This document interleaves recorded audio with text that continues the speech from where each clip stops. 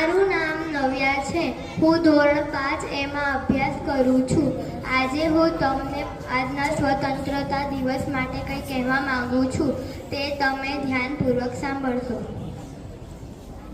નસોમાં વહેતું લોહી છે, ન સમજો કે પાણી છે.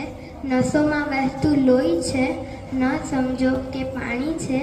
આ દેશમાં રહેનારો દરેક જણ ભારતવાસી છે. આ દેશમાં રહેનારો દરેક જણ ભારતવાસી છે.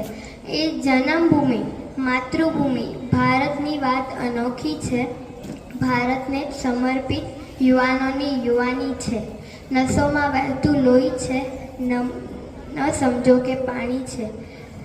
જ્યારે મનમાં દેશભક્તિની ભાવના હોય ત્યારે આવા શબ્દો હૃદયમાંથી નીકળે છે.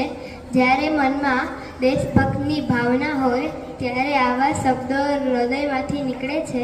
અને આપણું ભારત સદીઓની શૌર્યગાથાઓથી શોભતું આવ્યું છે.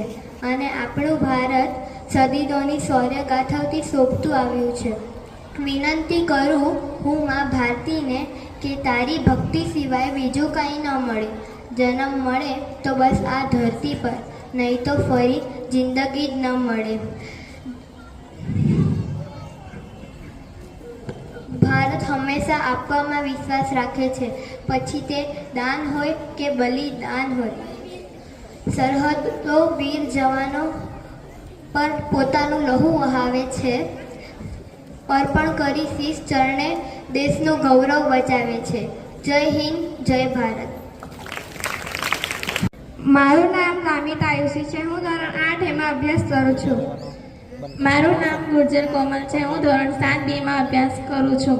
આજે અમે તમને તિરંગા વિશે માહિતી આપીશું. અરે કોમલ, તને ખબર છે ભારતની આઝાદીને 78 વર્ષ થયા છે. તેમ તે ભારતની આઝાદી 15 ઓગસ્ટ 1947ના રોજ થઈ હતી. તેના 24 દિવસ પહેલાં એટલે કે 22 જુલાઈ 1948ના રોજ મળેલ બંધારણ સભાની બેઠકમાં ભારતીય ધ્વજ તિરંગા ધ્વજને પસંદ કરવામાં આવ્યો, જે ભારતના રાષ્ટ્રધ્વજ તરીકે ઓળખવામાં આવે છે. 1947ના રોજ પસંદ કરાયેલા ધ્વજને પિંગલી વેટ્યા દ્વારા રાજ્ય ભારતીય રાષ્ટ્રીય કોંગ્રેસના ધ્વજને આધારે રચાતો હતો. હા એમસી, તે આજે મને તિરંગા વિશે ખૂબ સરસ માહિતી આપી છે. હું પણ માનું છું કે રાષ્ટ્રધ્વજ એ રાષ્ટ્રની સ્વતંત્ર અને ગૌરવનું પ્રતીક છે. આપણો રાષ્ટ્રધ્વજ તિરંગો છે.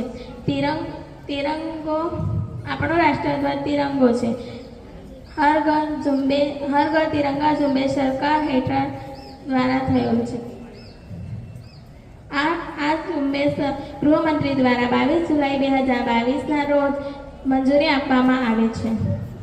પરંતુ શું તને ખબર છે આપણો રાષ્ટ્રધ્વજ 3 રંગનો બનેલો છે. તેમાં સફેદ, કેસરી, લીલા એમ 3 રંગના પટ્ટા છે.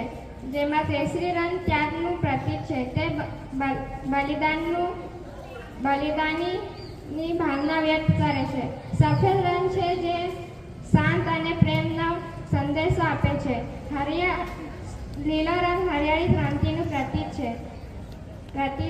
છે. સફેદ રંગની મધ્યમાં અશોક ચક્ર છે. અશોક ચક્ર સારનાથના સિંહકૃતિવાળા સ્તંભમાંથી લેવામાં આવ્યો છે. રાષ્ટ્રધ્વજની પહોળાઈ અને લંબાઈ 2:3 ગુણોત્તરમાં આવે છે. રાષ્ટ્રધ્વજને બનાવવા માટે ખાદીના અથવા હાથ વણાટનો જ કાપડ વાપરી શકાય. આપણા દેશમાં છેલ્લા 2 વર્ષથી આઝાદીના અમૃત મહોત્સવની ઉજવણી કરવામાં આવી છે. આ ઉત્સવ દરેક શાળાઓ, કોલેજો તેમજ સરકારી અને ખાનગી કાર્યાલયોમાં વિવિધ રીતે ઉજવવામાં આવે છે.